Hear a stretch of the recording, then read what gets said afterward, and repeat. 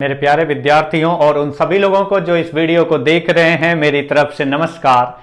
आज की जो क्लास है परसेंटेज की, इस परसेंटेज की 7वीं क्लास में हम लोग क्या करने वाले हैं, तो इस क्लास में हम लोग कुछ थोड़ा सा पिछली क्लास से कंसेप्ट थोड़ा सा अलग है, उस पार्ट पे डिस्कस करेंगे कि इस तरीके के क्वेश्चन में किस तरीके से इस फॉर्मूले को अप्लाई कर सकते हैं, या फिर जो बेसिक तरीका होता है उसके कंसेप्ट को यूज करते हुए किस तरीके से उसके लास्ट स्टेप को फॉलो करके रेशियो मेथड यूज करके क्वेश्चंस का आंसर निकाल सकते हैं। और ये क्या है रेशियो मेथड, क्यों ऐसा करते हैं, उसको मैं प्रूफ करके भी दिखा दूंगा, उसको इस एग्जाम्पल के थ्रू आपको प्रूफ करके दिखाऊंगा। तो चलिए स्टार्ट करते हैं आज की क्लास। और आज की क्लास में जो पहला क्वेश्चन आपकी स्क्रीन पर दिखाई दे रहा है, इस तरीके के क्वेश्चन या फिर कुछ और तरीके के जो क्वेश्चन होते हैं जिसमें चेंज की बात की जाती है, तो उनका आंसर निकालने के लिए, उसको सॉल्व करके उसका आंसर फाइंड करने के लिए हम लोग क्या तरीका अप्लाई करते हैं उस पर डिस्कस करेंगे। जिसमें से सबसे पहले आपको मैं ये बताना चाहूंगा कि एक फार्मूला होता है, कभी अगर आपने पढ़ा होगा तो ए बी फार्मूला भी कह सकते हैं, एक्स वाई फार्मूला भी कह सकते हैं। कुछ इस तरीके से ये फार्मूला होता है कि a plus B plus A into B by 100। ये एक ऐसा फार्मूला है जिसके थ्रू हम लोग फाइंड करते हैं कि कितने का चेंज होगा, चेंज कितने का हुआ है। अगर आपको पता करना हो कितने परसेंट का चेंज हुआ, तो ये फार्मूला यूज कर सकते हैं। और ये फार्मूला किस तरीके से यूज होगा मैं आपको यहां पर डिस्कस करते हुए बताऊंगा, ताकि आपको कहीं पर कोई प्रॉब्लम न रहे। इसके लिए आपको देखना पड़ेगा, समझना पड़ेगा। तो मैं यहां पर फॉर्मूला भी अप्लाई करके दिखाऊंगा, और आपको जो बेसिक कंसेप्ट होता है उसके अकॉर्डिंग जब हम सॉल्व करते हैं तो एक रेशियो बनता है, वो रेशियो का लास्ट स्टेप जो होता है उसको भी अप्लाई करके आपको क्वेश्चन का आंसर निकाल करके दिखाऊंगा, ताकि कहां पर कौन सा यूज करना है वो आपके दिमाग में सेट रहेगा। तो जैसे ही अगर आपके सामने ऐसे क्वेश्चन आएंगे तो आपको प्रॉब्लम नहीं होगी कि नहीं मैंने तो फार्मूला पढ़ा था, तो फार्मूले में तो ये तो बड़ा लेंदी है, या फिर मैंने तो रेशियो पढ़ा था, रेशियो के अकॉर्डिंग बैठ गए लगाने और पता चला फार्मूले में रखते तो डायरेक्टली आपका आंसर आ जाता। तो दोनों पॉइंट जो है ना, वो दोनों पॉइंट आपको पता होना चाहिए, दोनों तरीके पता होना चाहिए, दोनों अप्रोच पता होने चाहिए। अप्रोच इसकी और भी है, लेकिन उस अप्रोच को मैं लास्ट में कभी वीडियो बनाऊंगा, तो उस टाइम पर मैं डिस्कस करूंगा कि इस तरीके से इसको सोचा जा सकता है, इस तरीके से इन क्वेश्चंस को किया जा सकता है। और वो अप्रोच तब आपकी डेवलप होगी जब आपकी प्रैक्टिस अच्छी खासी हो जाएगी। परसेंटेज के अकॉर्डिंग 100 में नंबर के साथ खेलना स्टार्ट कर देंगे, 100 तक के नंबर के साथ खेलना स्टार्ट कर देंगे, तो वो आपका कंसेप्ट जो यूज करने की बात कर रहा हूं वो आप अप्लाई कर सकते हैं। लेकिन आज की क्लास में 2 पॉइंट डिस्कस करने वाले हैं, एक formula A B concept, A plus B plus A into B by 100, और दूसरा जो आपका रेशियो मेथड होगा। तो ये जो फार्मूला आपको मैं दिखा रहा हूं, a plus B plus A into B by 100, कितने परसेंट चेंज होगा अगर आपसे पूछा जाता है तो किस तरीके के क्वेश्चन की बात कर रहा है, ये फार्मूला कब अप्लाई होगा। तो ये फार्मूला 2-3 केस में लिख करके बता दे रहा हूं कहां कहां पर अप्लाई होगा। जैसे कि अगर आप स्क्रीन पर देख रहे हैं, ये रेक्टेंगल है, रेक्टेंगल का एरिया निकालने के लिए क्या फार्मूला यूज करते हैं, तो रेक्टेंगल का एरिया का फार्मूला होता है लेंथ इंटू ब्रेड्थ। अच्छा, रेक्टेंगल का एरिया का फार्मूला होता है लेंथ इंटू ब्रेड्थ। अब आपको मैंने बताया है जिस तरीके से, अगर आपको याद होगा, एक्सपेंडिचर का फार्मूला लिख करके बताया था, expenditure is equal to rate into quantity. तो आपको मैंने बताया था कि रेट को अगर बढ़ाएंगे ना तो पूरा रिजल्ट ही बढ़ेगा, और अगर मैं क्वांटिटी को बढ़ाऊंगा तब भी पूरा रिजल्ट बढ़ेगा। जो आपका है या रेट बढ़ाने की वजह से जो हो चुका है उसको अगर क्वांटिटी में चेंज करेंगे तो रेट बढ़ाने के बाद जो हो चुका है उसमें चेंज होगा। अगर क्वांटिटी को 10% इंक्रीज करेंगे तो क्वांटिटी 10% इंक्रीज करने का मतलब है कि एक्सपेंडिचर भी 10% इंक्रीज होगा, और वो कौन सा, नया वाला है। जैसे मैं ये कहता हूं कि हमारा खर्चा 100 रुपए था, मेरा खर्चा 100 रुपए था, और खर्चा 100 रुपए था, रेट 10%, मैंने कहा कि रेट को मैंने 20% इंक्रीज कर दिया। एक सिंपल एग्जांपल बता रहा हूं, और ये तरीका अप्रोच में लास्ट में बताऊंगा जब ये चैप्टर समाप्त हो जाएगा, तो कुछ एग्जांपल के थ्रू या फिर जो क्वेश्चन है उन्हीं में से सेलेक्ट करके आपको दिखाऊंगा। लेकिन बस यहां समझने के लिए कि हमारा खर्चा, रेट अगर 20% बढ़ेगा तो मैं कह सकता हूं, जो क्लास हम लोगों ने किया उसके अकॉर्डिंग, कि रेट अगर 20% इंक्रीज होगा तो हम कह सकते हैं यहां पर कि खर्चा भी अगर 100 रुपए रहा होगा तो कितना हो जाएगा, 120। और फिर मैंने कहा कि मैंने क्वांटिटी को, जबकि रेट 20% बढ़ा, क्वांटिटी को 10% घटा दिया, रेट 20% बढ़ा और क्वांटिटी को 10% घटा दिया, तो बताइए खर्चे में कितने का चेंज हुआ। तो आप कह सकते हैं कि रेट 20% बढ़ा तो 100 था, तो 20 इंक्रीज होकर 120 हो गया। और अगर क्वांटिटी को 10% डिक्रीज करेंगे, अगर क्वांटिटी को 10% डिक्रीज करेंगे, तो आप डायरेक्टली कह सकते हैं कि आपका खर्चा भी 10% डिक्रीज होगा। लेकिन रेट के चेंज होने के बाद जो खर्चा हो गया था उस पर आपका 10% डिक्रीज होगा, यानी जो आपका खर्चा 100 की जगह 120 हो चुका है, वो 120 आपका 10% 10% कम होगा। तो बताइए इसका 10% कम का मतलब है इसका 12 आएगा 10%। अगर देखें तो 10% मतलब 1 प्लस पॉइंट, तो कितना बचा 108। तो आप कह सकते हैं कि अगर रेट 20% इंक्रीज हुआ जबकि क्वांटिटी 10% डिक्रीज हुई, तो आपका जो खर्चा है ना वो ओवरऑल कंप्लीट इन दोनों चेंज के बाद कितना परसेंट 8, क्योंकि 100 पे 8 बढ़ा है, मतलब 8% आपका जो एक्सपेंडिचर था वो इंक्रीज हो गया। तो इस तरीके से इन क्वेश्चंस में इनका यूज करना है। तो ये मैं बस बता रहा हूं कि ये क्या होता है ना, एक सक्सेसिव पार्ट होता है, एक के ऊपर एक क्रमागत होता है। जैसे मैं कहता हूं कौन कौन सी जगह ये यूज हो सकता है, उस पार्ट को देखिए। जैसे मैंने कहा एरिया से रिलेटेड फार्मूला जहां बनता है, लेकिन ध्यान रखना कि जब भी ऐसा कुछ फार्मूला होगा तो ये क्वेश्चन, ये फार्मूला और ये क्वेश्चन बनता है और ये फार्मूला तभी अप्लाई होगा जब बीच में इंटू इंटू का केस हो। अगर दो में चेंज हो रहा है, दो अलग अलग वेरिएबल्स हैं जिसमें चेंज हो रहा है, जैसे लेंथ और ब्रेड्थ में चेंज हो रहा है, तो आपका ये दोनों के बीच में इंटू का केस हो। ऐसा नहीं कर सकते कि पेरीमीटर की बात की जाए, वो पेरीमीटर होता है 2 इंटू एल प्लस बी, दो से मतलब नहीं, मतलब एल और बी। मैंने कहा इसको 20% मैंने इंक्रीज कर दिया, इसको 10% डिक्रीज कर दिया, और बोला जाए कि बताइए कितने परसेंट पेरीमीटर में चेंज होगा, तो क्या आप आंसर बता सकते हैं? नहीं बता सकते हैं। लेंथ 20% इंक्रीज हुआ, ब्रेड्थ 10% डिक्रीज हुआ, बीच में प्लस का साइन है, तो आपका लेंथ और ब्रेड्थ में कुछ रिलेशन पता होना चाहिए, तब हम वहां पर वेटेज एवरेज का यूज करके आंसर निकाल सकते हैं। लेकिन अगर इनके बीच में नहीं पता है क्या रिलेशन है, कि लेंथ ब्रेड्थ का डबल है, लेंथ ब्रेड्थ से 20% ज्यादा है, लेंथ ब्रेड्थ का आधा है, या जो भी है, अगर आपको नहीं पता है, बीच में प्लस का साइन है, तो आप आंसर इसका नहीं बता सकते हैं कि पेरीमीटर में कितने परसेंट का चेंज होगा। मतलब अगर कोई बात की जा रही है, कोई रिजल्ट आपका मिलता है और रिजल्ट मिलता है ए इंटू बी, और अगर ए और बी दोनों में चेंज हो रहा है, तब तो आप डायरेक्टली बता सकते हैं कि रिजल्ट कितने परसेंट चेंज होगा फार्मूले का यूज करके। लेकिन अगर कोई रिजल्ट आपका मिल रहा है, वो रिजल्ट मिल रहा है x प्लस वाई करने पर, और अगर x प्लस वाई पर करने पर मिल रहा है, इसमें भी चेंज हो रहा है, इसमें भी चेंज हो रहा है, बोला जाए रिजल्ट में कितने का चेंज होगा, तो आप कहेंगे कि इसका आंसर नहीं बता सकते, बीच में प्लस का साइन है, दोनों अलग अलग हैं। अगर मैं इसको बढ़ाऊंगा 10%, या मैं कहता हूं इसको डबल करूंगा, तो रिजल्ट डबल नहीं होगा। वो आपका डिपेंड करेगा y पे, y के अकॉर्डिंग, x और y में क्या रिलेशन होगा उसके अकॉर्डिंग आपका पता चलेगा कि डबल होगा कि नहीं होगा। y अगर 0 होगा तब तो डबल होगा ही होगा, y कुछ और होगा तो हमें देखना पड़ेगा कि y जो है x से क्या रिलेट करता है, कितना ज्यादा है कितना कम है, वो पॉइंट आपको क्लियर होना चाहिए। तो ये फार्मूला आपका सक्सेसिव पार्ट है। जब भी सक्सेसिव पार्ट एक के ऊपर एक कैलकुलेट करने की बात की जाएगी, वहां पर ये फार्मूला चलेगा। आप ऐसे एग्जांपल में फार्मूला यूज नहीं कर सकते जहां प्लस का साइन हो, जैसे कि मैंने पेरीमीटर के पार्ट पर आपको दिखाया है। तो बस इतना ध्यान रखना कि ये फार्मूला तभी चलेगा जब सक्सेसिव पार्ट की बात की जाएगी, और ये केस तभी अप्लीकेबल होगा, तभी आप अप्लाई कर सकते हैं। और ये सक्सेसिव पार्ट तभी होगा जब बीच में इनटू का केस आएगा। कुछ एग्जांपल के थ्रू मैं आपको समझा दे रहा हूं कि कहां कहां पर ये यूज हो सकता है, जो कि आपके एग्जाम में जिस पे क्वेश्चन पूछे जाते हैं उनका आंसर निकालते हैं आप।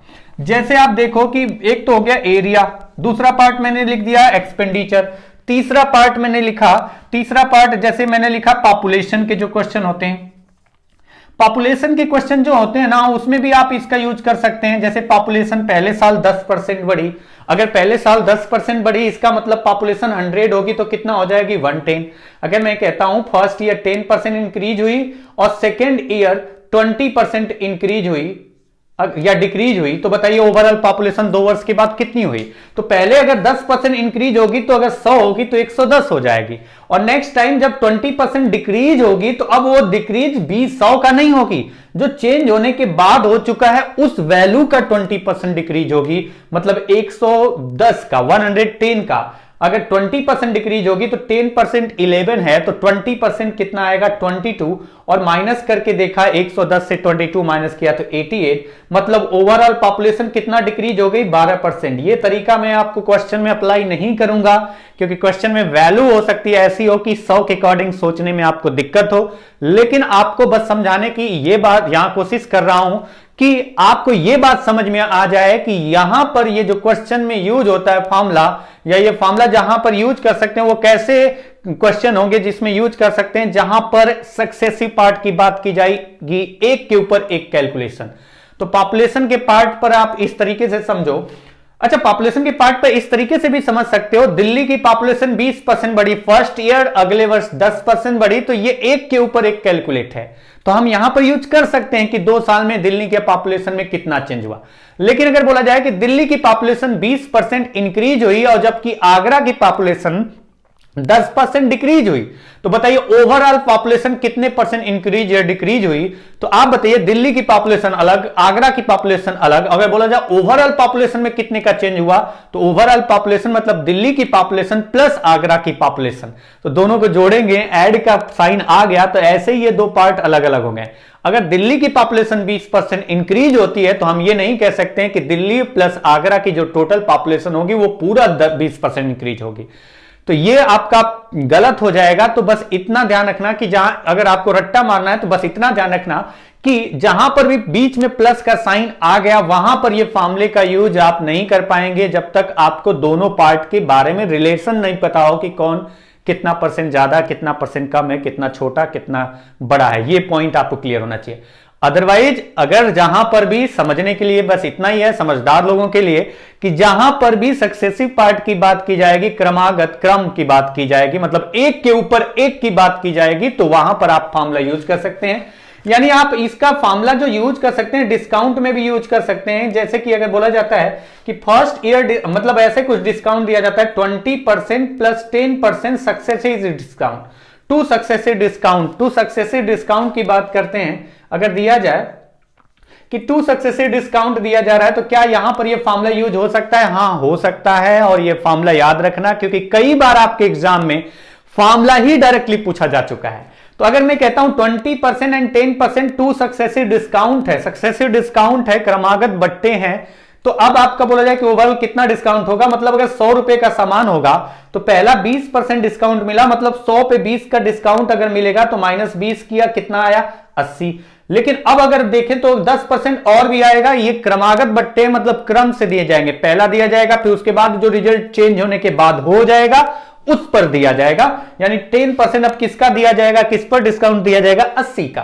तो 80 का 10% 8 और गया, यानी टोटल आपका डिस्काउंट अगर बचा कितना तो कह सकते 72।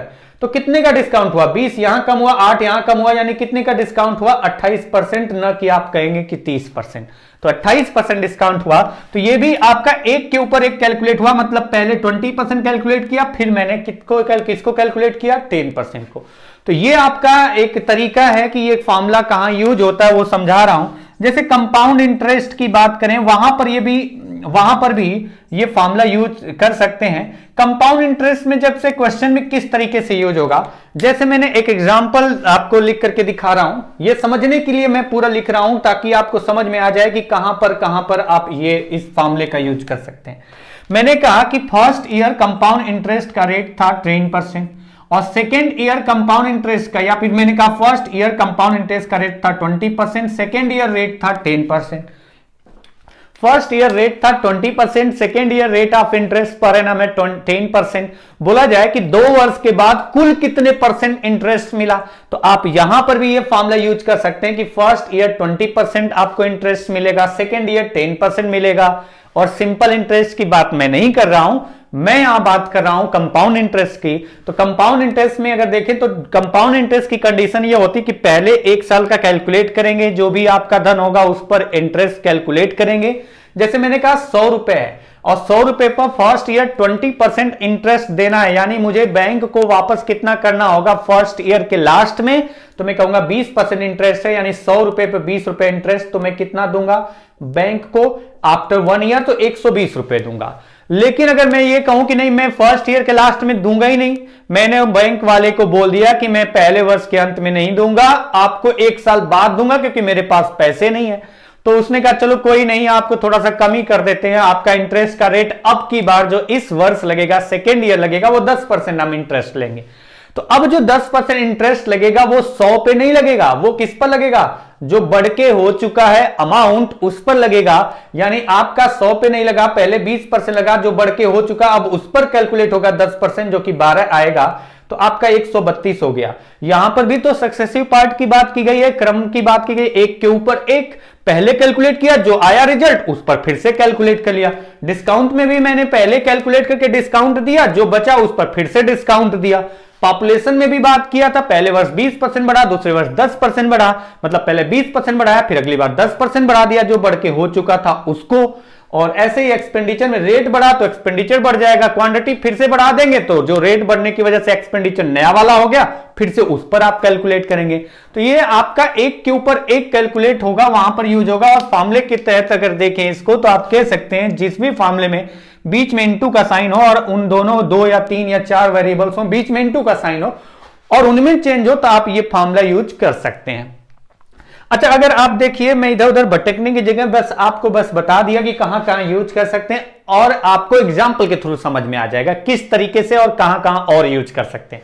तो क्वेश्चन पर चलते हैं, और क्वेश्चन के अकॉर्डिंग मैं 2 तरीकों की बात करूंगा। यहां पर तरीका आपका 100 के अकॉर्डिंग भी है, 100 लिया, 20% बढ़ाया, 120, फिर जो आया फिर उसका 10% बढ़ाया, वो तरीका है। लेकिन मैं उस तरीके को यहां पर डिस्कस नहीं करूंगा, उसको वीडियो जब आपकी परसेंटेज की लास्ट वीडियो बनेगी उसके बाद में 2-4 क्वेश्चन के थ्रू आपको समझा दूंगा। तो चलिए आज की क्लास स्टार्ट करते हैं, क्वेश्चन के थ्रू ही चलेंगे। लेकिन पहला क्वेश्चन टाइम मैं जरूर आपका लूंगा, लेकिन आपको क्लियर समझ में आए कि रेशियो क्यों यूज करते हैं, ऐसा क्या है कि रेशियो ये वाला तरीका यूज करने से आपका आंसर आ जाता है, वो बताऊंगा। फॉर्मूला आपका तो जो मैंने समझाया यहां पर वो तो है ही। तो चलिए क्वेश्चन पर आते हैं। क्वेश्चन क्या है, if one of the side of a rectangle is increased by 12.5% and the other side जो breadth है and the other side is decreased by 20% and the other side is decreased by 20%, then find the percentage change in its area. Then find the percentage change in its area. तो जो area होगा उसमें कितने प्रतिशत का change होगा। Question ये है कि किसी आयत की लंबाई को 12.5% बढ़ा दिया जाता है और उसकी चौड़ाई को 20% घटा दिया जाता है, तो बताइए उस आयत के क्षेत्रफल में कितने प्रतिशत का परिवर्तन होगा। तो अब आप आइए क्वेश्चन वाइज ही चलिए, समझ में आ जाएगा कि किस तरीके से होने वाला है। और मैं आपको बार बार एक पॉइंट आपको हमेशा समझाते आया हूं कि रेशियो मेथड यूज करना है, लेकिन अगर आपको आसान लगता है रेशियो से ज्यादा बेहतर फॉर्मूला लगे तो वहां पर आप फॉर्मूले का भी यूज कर सकते हैं। अच्छा, अगर किसी साइड जो साइड दी जाए ट्रायंगल की, किसी ट्रायंगल की साइड को अगर बढ़ा दिया जाता है कितना परसेंट, 12.5, इसमें एक तो ए हो गया, दूसरा पार्ट बी हो गया। अच्छा, अगर इसमें एक मानता हूं 12.5% इंक्रीज, तो बी मुझे क्या लेना पड़ेगा, तो वो मुझे लेना पड़ेगा 20% डिक्रीज। और चाहूं तो मैं कहूं कि नहीं मेरा ना ए जो है वो 20% और बी मेरा जो है ना वो डिक्रीज है, तो डिक्रीज ही होगा, और बी मेरा जो है ना वो 12.5%। तो यहां ध्यान ये रखना कि ऑर्डर कोई मैटर नहीं करता है कि कौन पहले रहेगा कौन बाद में, यहां ऑर्डर का कोई फर्क नहीं पड़ेगा, ऑर्डर का कोई फर्क नहीं पड़ता। रीजन बस वही है जो आप पढ़ते आए हैं कि बीच में अगर इंटू है, 2 into 3 करो आएगा रिजल्ट 6 और 3 into 2 करो आएगा रिजल्ट 6। तो ये पॉइंट ध्यान रखना कि इसमें ऑर्डर कोई मैटर नहीं करता। पहला पॉइंट ऑर्डर कोई मैटर नहीं करता। दूसरा पॉइंट, 3 पॉइंट आप ध्यान रखना कि फॉर्मूले में जब इस वैल्यू को रखेंगे तो कौन कौन से 3 पॉइंट है। पहला पॉइंट, ऑर्डर कोई मैटर नहीं करता। ऑर्डर मैटर नहीं करता मतलब अगर किसी को ए ले लिया तो बाकी जो दूसरा होगा वो बी होगा, अगर दूसरे को ए लिए तो पहला बी रख लीजिए, तो ऑर्डर कोई मैटर नहीं करता। दूसरा पॉइंट, इंक्रीज होगा तो प्लस साइन उसके साथ रहेगा और डिक्रीज होगा तो माइनस साइन रहेगा। मोर की बात की जाएगी तो हम कहेंगे प्लस साइन रहेगा, और लेस की बात की जाएगी, कम की बात की जाएगी तो माइनस साइन रहेगा। तो इसमें तो डाउट होना नहीं चाहिए। तीसरा पॉइंट आपका ये जो साइन है, ये वाला साइन यहां से डिसाइड होगा a इंटू बी, यानी कि अगर दोनों पार्ट प्लस प्लस होंगे तो आपका जो रिजल्ट आएगा वो प्लस आएगा, और दोनों माइनस माइनस होंगे, दोनों डिक्रीज होंगे, तब भी क्या आएगा, यहां पर प्लस आएगा। लेकिन अगर एक प्लस हुआ और एक माइनस हुआ तो क्या साइन आएगा, यहां पर माइनस साइन आएगा। और ये मत कहना कि प्लस हुआ माइनस हुआ तो माइनस आएगा, और माइनस और प्लस हो तो क्या आएगा, तो आपको प्लस आएगा। तो हमें पता है प्लस माइनस या माइनस प्लस करो हमेशा क्या रिजल्ट आएगा, माइनस। यानी ए और बी का साइन अगर अपोजिट होगा तब आपका जो रिजल्ट आएगा, यहां पर जो भी आप लिखोगे यहां पर साइन आप लगाओगे क्या, माइनस। तो अब आप क्वेश्चन पर आइए और क्वेश्चन को समझिए। ऑर्डर मैटर नहीं करता, इंक्रीज या मोर की बात की जाएगी तो प्लस साइन रहेगा, डिक्रीज या लेस की बात की जाएगी तो माइनस साइन रहेगा, और अगर ए और बी दोनों अगर आपके सेम साइन है तो प्लस आएगा, मतलब प्लस प्लस होंगे तो प्लस आएगा, माइनस माइनस होंगे तो प्लस आएगा। लेकिन ए और बी प्लस और माइनस हुए तो आपका साइन यहां पर जो आएगा वो आएगा माइनस। तो अब आप देखिए क्वेश्चन को फॉर्मूले में पुट करके इंफॉर्मेशन को आंसर निकालते हैं। ए की वैल्यू 12.5 क्योंकि इंक्रीज हुआ है तो वो प्लस रहेगा, 12.5 ये प्लस का, अगर आपका प्लस का हो गया। दूसरा 20% डिक्रीज है तो यहां माइनस, -20, और यहां आपका प्लस माइनस है, एक है प्लस आपका एक माइनस है ए बी में, तो रिजल्ट जो आएगा वो माइनस आएगा, और वो वैल्यू आप लिखेंगे 12.5 इंटू 20/100। और अगर आप इसको कैलकुलेट करें तो आप देख सकते हैं यहां से आ रहा है कितना, -7.5। इस पार्ट को देखा मैंने तो ये आ रहा है -7.5, और ये वाला पार्ट अगर कैलकुलेट करें तो 20 से डिवाइड किया 5 और 5 से डिवाइड किया 2.5, यानी 2.5 माइनस का और आ गया, तो आप कह सकते हैं माइनस का 10%। अच्छा, यहां पर जो साइन माइनस है वो माइनस साइन ये इंडिकेट कर रहा है कि डिक्रीज हुआ है। अगर वो प्लस आता तो मैं कहता कि इंक्रीज हुआ है, क्या, एरिया।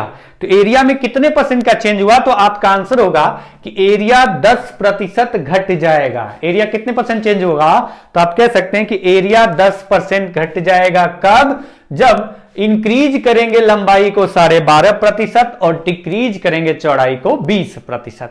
अच्छा, अब आप देखिए, ये तो मैंने फॉर्मूले में रख करके बता दिया। पहला क्वेश्चन मैं पूरा डिटेल से थोड़ा बताता हूं, आपका टाइम लेता हूं ताकि उनको भी समझ में आ जाए जो एकदम कुछ नहीं पता, जिनको कुछ समझ नहीं आता एकदम, तो मैं उसके लिए पूरा लिख के दिखाता हूं। आंसर निकालना हो तो आंसर तो ऐसे ही हवा हवा में ही हो जाए, उसकी बात ही अलग है। मैं कहता हूं डिक्रीज हुआ 20%, 100 से 20 कम हुआ, कितना हुआ, 80। फिर बोला गया 12.5% इंक्रीज कर दो, ऑर्डर तो मैटर नहीं करता, जो मन करे पहले वो करूंगा मैं, पहले इसका मन किया डिक्रीज करने का, डिक्रीज कर लिया।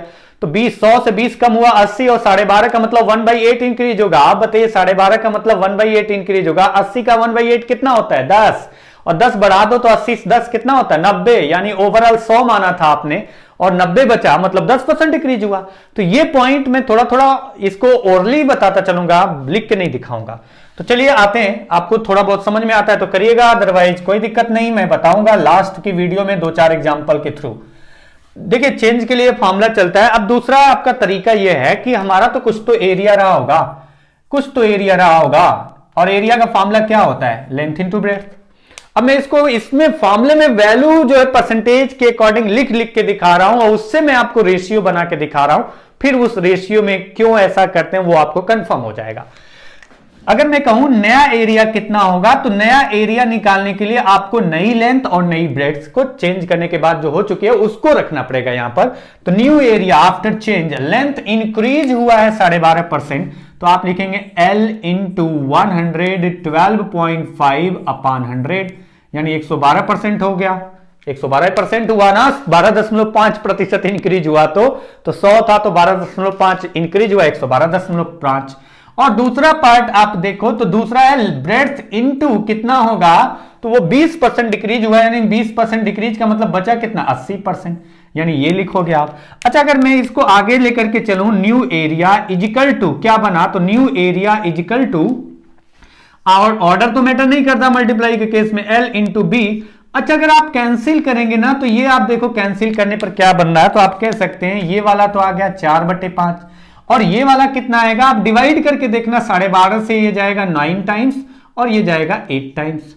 मैं इसको भी कैंसिल कर सकता हूं, लेकिन कैंसिल नहीं कर रहा हूं अभी, आपको समझ में आ जाएगा। यानी आप लिख सकते हैं 9/8 इंटू 4/5। मैं पूरा प्रूव करके दिखा रहा हूं रेशियो का बेसिक कंसेप्ट, ताकि आपको रेशियो यूज करते वक्त ये दिमाग में ना रहे कि नहीं क्यों ऐसा यूज करके लिख रहे हैं और क्यों कैंसिल कर सकते हैं, वो भी पता चल जाएगा।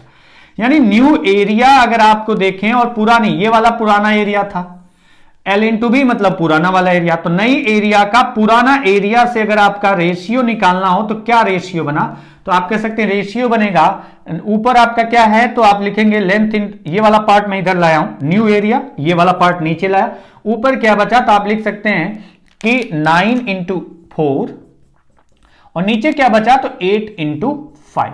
अच्छा इसमें कैंसिल भी हो रहा है, कैंसिल भी हो रहा है क्योंकि 4 से 8 कैंसिल हो रहा है तो आप कैंसिल कर सकते हैं।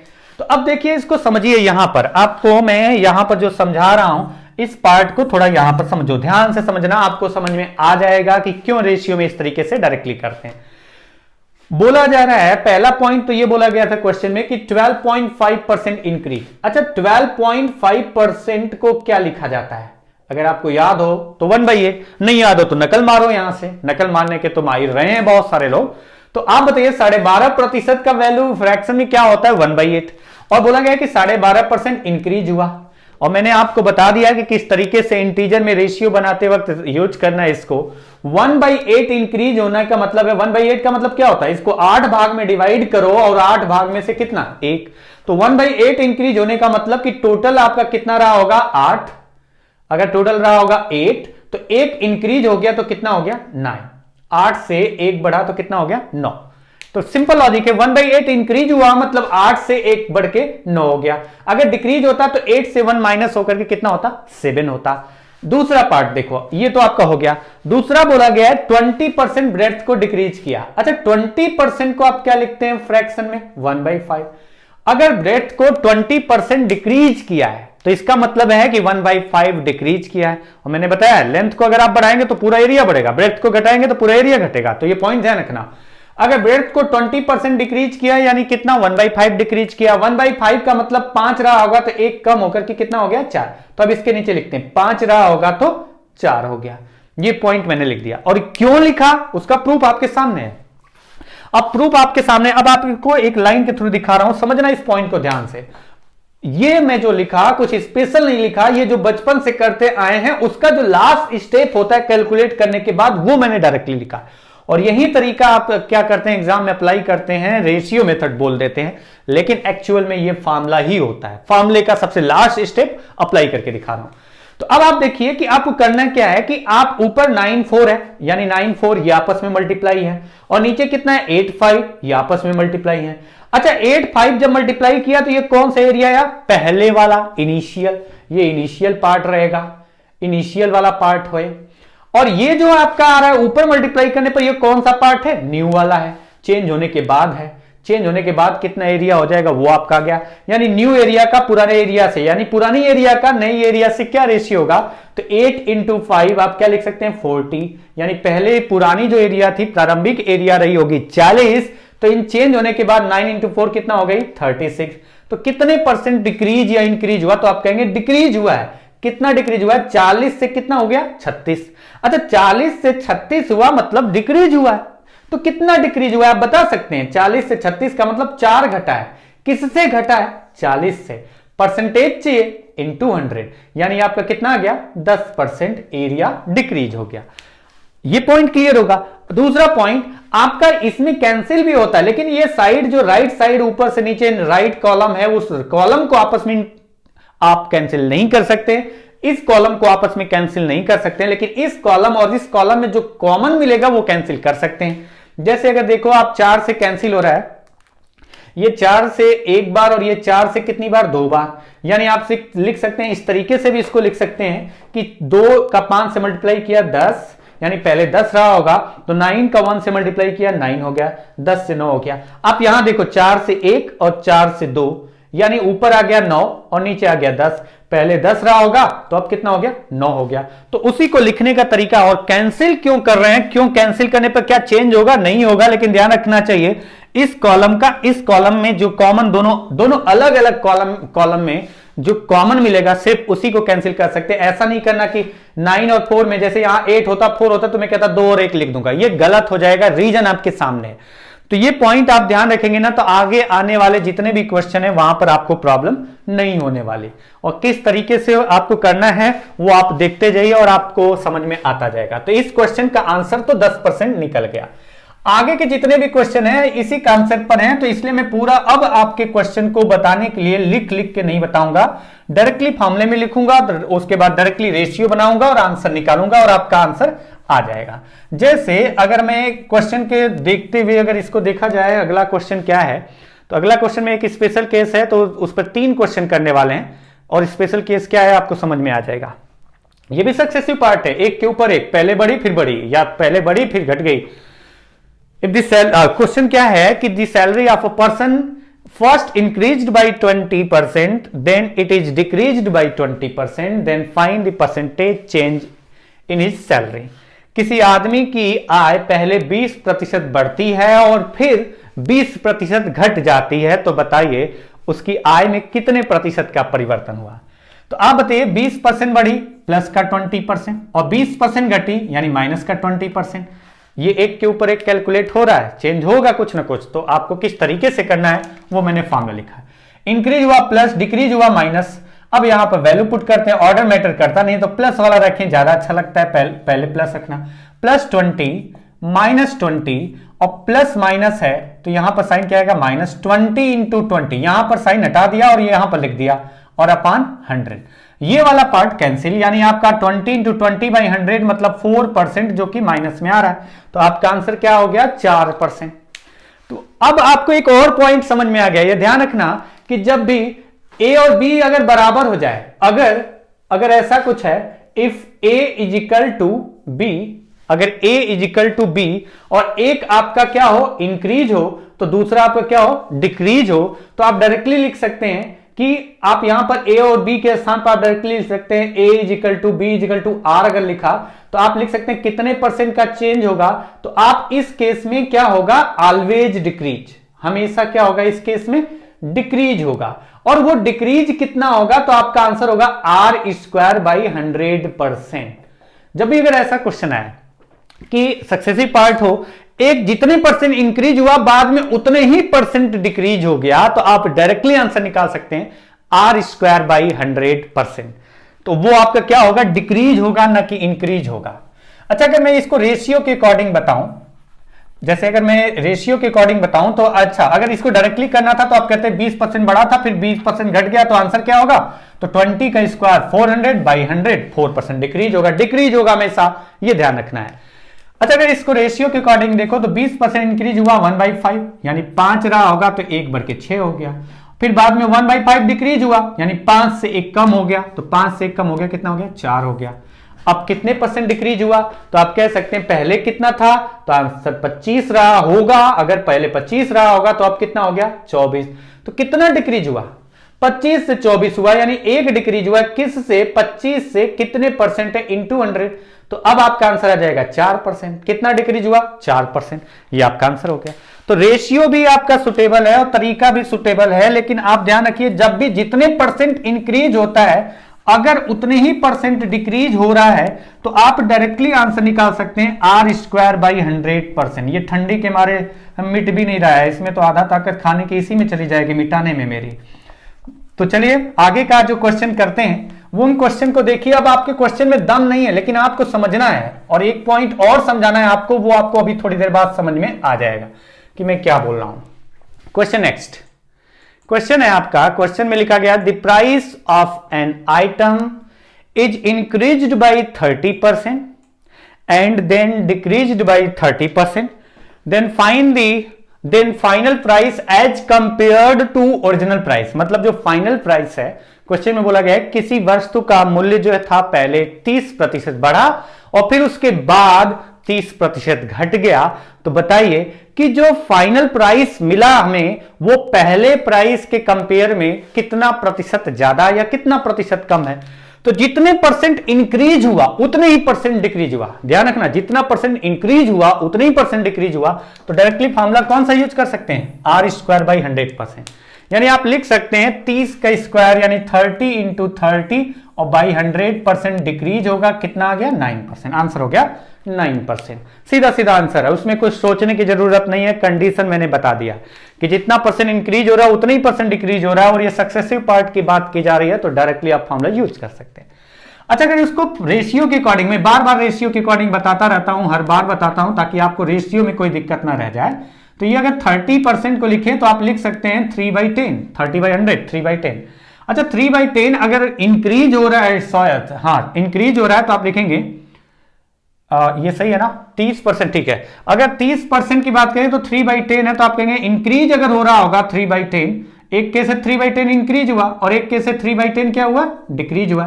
3/10 इंक्रीज होने का मतलब 10 था, 3 बढ़कर के कितना हो गया 13, और उसके बाद 3/10 दूसरा पार्ट है, दूसरी बार 3/10 डिक्रीज हुआ है तो आप कहेंगे कि 10 था, 3 कम होकर कितना हो गया 7। यानी आप कह सकते हैं कि पहले 10 गुणे 3 30 रहा होगा, तो अब कितना हो गया, ये मैं कुछ गलत कर रहा कैलकुलेशन, शायद ये 10% इंक्रीज हुआ, 3/10 इंक्रीज हुआ मतलब 10 से 3 बढ़ा, सॉरी 10 से 3 बढ़ा तो 13, और 3/10 डिक्रीज हुआ मतलब 10 से 3 कम हुआ 7। ये ध्यान रखना, ये गलती से लिख दिया था। 10 इंटू 10 यानी पहले रहा होगा 100, तो अब कितना हो गया 13 7 जा 91, कितना डिक्रीज हुआ 9, क्योंकि 100 पे डिक्रीज हुआ है 9 तो आप डायरेक्टली लिख सकते हैं कितना 9%। तो ये क्वेश्चन ऐसे है ना कि देखते ही आपको आंसर निकल जाएगा। जैसे इस क्वेश्चन की बात करें तो इस क्वेश्चन में मैं रेशियो नहीं यूज करने वाला, क्योंकि पॉइंट आपको क्लियर समझ में आ रहा है, जहां रेशियो यूज करके आंसर निकलेगा वो मैं बताऊंगा। तो ये मैंने फार्मूला और रेशियो दोनों बता दिया है, मैं रेशियो और फार्मूले में से जहां पर जो सुटेबल होगा वहीं अब अप्लाई करके दिखाऊंगा ताकि आपको कोई दिक्कत ना हो।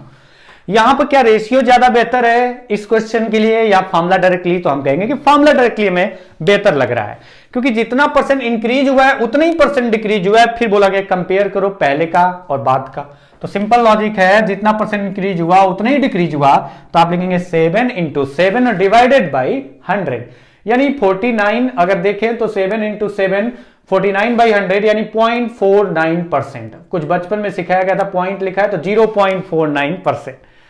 तो आपका पॉइंट से पहले इंटीजर नहीं था तो 0 लगा दिया, कोई फर्क तो पड़ेगा नहीं, लेकिन देखने में अच्छा लगेगा कि कहीं कंफ्यूजन ना हो कि वो पॉइंट था कि गलती से टिक हो गया था, तो ये कंफ्यूजन ना, इसलिए उसके सामने 0 लगा दिया।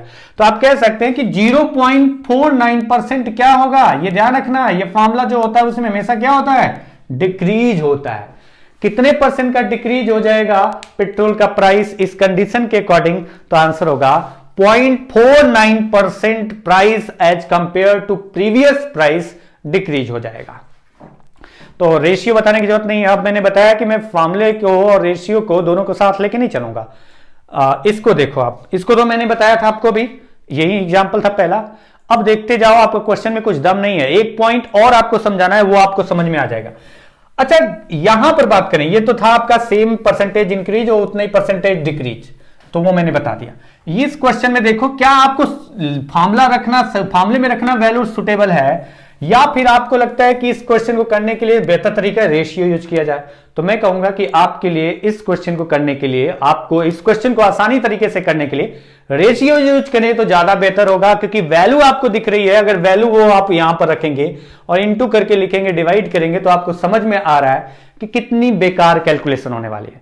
तो आपको क्वेश्चन में जो वैल्यू है ना परसेंटेज की, अगर वो इंटीजर में है तब तो ये सब अच्छा लगेगा, लेकिन अगर वो इस तरीके के फ्रैक्शन के पार्ट से रिलेट होगी तो आपको रेशियो यूज करना ज्यादा आसान लगेगा और आपको करना भी चाहिए। जैसे अच्छा, इसमें पॉइंट जो थोड़े थोड़े है ना वो ध्यान रखना। एरिया का फॉर्मूला क्या होता है, तो आपको पता है कि एरिया, रेक्टेंगल का एरिया का फॉर्मूला होता है लेंथ इंटू ब्रेड्थ। और ध्यान रखना, जो मैं बोल रहा हूं ना वो अभी थोड़ी देर बाद समझ में आएगा। एरिया निकालते वक्त लेंथ और ब्रेड्थ का मल्टीप्लाई करते हैं। लेंथ में कितने का इंक्रीज हुआ है, 14.28। अच्छा, 14.28% का मतलब होता है 1/7 इंक्रीज हुआ है। 1/7 इंक्रीज हुआ है मतलब 7 था तो 1 बढ़ के कितना हो गया 8, 7 था तो 1 इंक्रीज होके कितना हो गया 8। 1/7 यानी 7 भाग में से 1 भाग बढ़ गया तो 8 हो गया। दूसरा पार्ट आपका लिखने से पहले आप बताइए 1/7 7 से 8 हुआ, लेंथ इसमें कितनी बार है, ये जो मैं बोल रहा हूं कितनी बार है, थोड़ी देर बाद आपको समझ में आ जाएगा क्यों बोल रहा हूं। ये कंसेप्ट, दो और पॉइंट है जो आपको समझ में आएगा।